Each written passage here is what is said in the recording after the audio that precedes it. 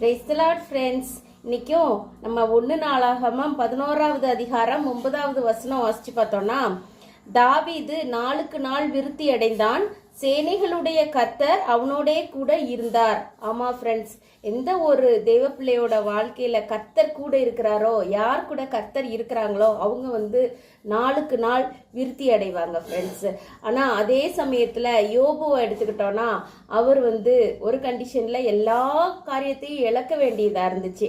அதனால ஒரு தேவ பிள்ளையோட வாழ்க்கையில விருத்தி அடையல, ஏதோ இழக்குறாங்க அப்படின்னு சொல்லியாச்சுன்னா அவங்க கூட கர்த்தர் இல்லை அப்படின்னு இல்லை.